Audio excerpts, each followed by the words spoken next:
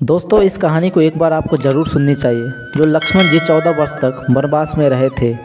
हनुमान जी की राम भक्ति की गाथा पूरे संसार में गाई जाती है। लक्ष्मण जी की भी भक्ति अद्भुत थी। लक्ष्मण जी की कथा के बिना श्री राम कथा पूर्ण नहीं है। अगस्त मुनि अयोध्या आए, लंका युद्ध का प्रकाशन छिड़ गया।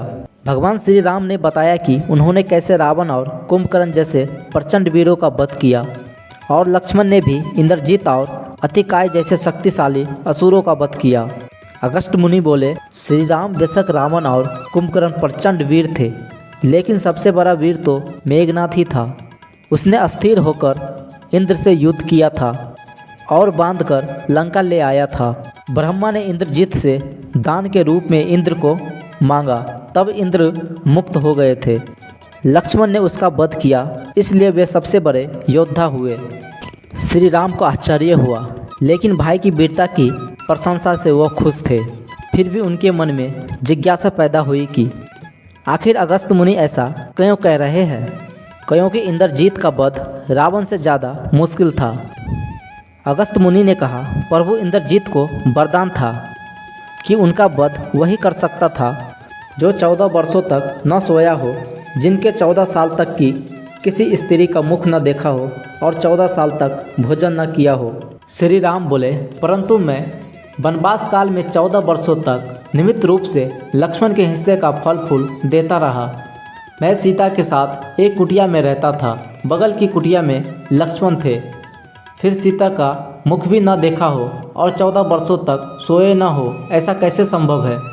अगस्त मुनि सारी बात समझकर मुस्कुराए। प्रभु से कुछ छुपा है भला। दरअसल सभी लोग सिर्फ श्री राम का गुणगान करते थे, लेकिन प्रभु चाहते थे कि लक्ष्मण के तप और वीरता की चर्चा भी अयोध्या के घर घर में हो। अगस्त मुनि ने कहा, क्यों न लक्ष्मण जी से पूछा जाए। लक्ष्मण जी आए। प्रभु ने कहा कि आपसे जो पूछा जाए उसे सच सच कहिएगा। प्रभु ने पूछा, हम तीनों 14 वर्ष तक साथ रहे, फिर तुमने सीता का मुख कैसे नहीं देखा। फल दिए गए, फिर भी अनाहारी कैसे रहे और 14 साल तक सोए नहीं, ये कैसे हुआ। लक्ष्मण जी ने बताया, भैया जब हम भाभी को तलाशते ऋषिमुख पर्वत पर गए तो सुग्रीव ने हमें उनके आभूषण दिखाकर पहचानने को कहा। आपको स्मरण होगा, मैं तो सिवाय उनके पैरों के निपुण के कोई आभूषण नहीं पहचान पाया था, क्योंकि मैंने कभी भी उनके चरणों के ऊपर देखा ही नहीं। 14 वर्ष नहीं सोने के बारे में सुनिए। आप और माता एक कुटिया में सोते थे। मैं रात भर बाहर धनुष पर बाण चढ़ाए पहरादारी में खड़ा रहता था। निंद्रा ने मेरी आंखों पर कब्जा करने की कोशिश की तो मैंने निंद्रा को अपने बाणों से भेद दिया था। निंद्रा ने हार कर स्वीकार किया कि वह 14 साल तक मुझे स्पर्श नहीं करेगी। लेकिन जब श्री राम का अयोध्या में राज अभिषेक हो रहा होगा और मैं उनके पीछे सेवक की तरह छत्र लिए खड़ा रहूँगा, तब वह मुझे घेरेगी। आपको याद होगा, राजाभिषेक के समय मेरे हाथ से छत्र गिर गया था। अब मैं 14 साल तक अनहारी कैसे रहा। मैं जो फल फूल लाता था, आप उसके 3 भाग करते थे।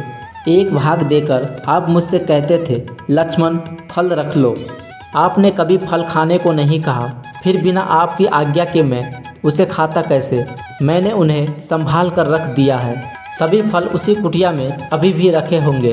प्रभु के आदेश पर लक्ष्मण जी त्रिकुट की कुटिया में से वे सारे फलों की टोकरी लेकर आए और दरबार में रख दिया। फलों की गिनती हुई, 7 दिन के हिस्से के फल नहीं थे। प्रभु ने कहा, इसका अर्थ है कि तुमने 7 दिन तो आहार लिया था। लक्ष्मण जी ने 7 फल कम होने के बारे में बताया। उन 7 दिनों में फल आए ही नहीं। जिस दिन हमें पिताश्री के स्वर्गवास होने की सूचना मिली, हम निराहारी रहे। दूसरा, जिस दिन रावण ने माता का हरण किया, उस दिन फल लाने कौन जाता। तीसरा, जिस दिन समुंदर की साधना कर आप उससे राह मांग रहे थे। चौथा, जिस दिन आप इंद्रजीत के नाग पास में बंद कर दिन भर अचेत रहे। पाँचवा, जिस दिन इंद्रजीत ने मायावी सीता को काटा था और हम शौक में रहे। छठा, जिस दिन रावण ने मुझे शक्ति मारी। सातवां, और जिस दिन आपने रावण वध किया। इन दिनों में हमें भोजन की सुध कहाँ थी।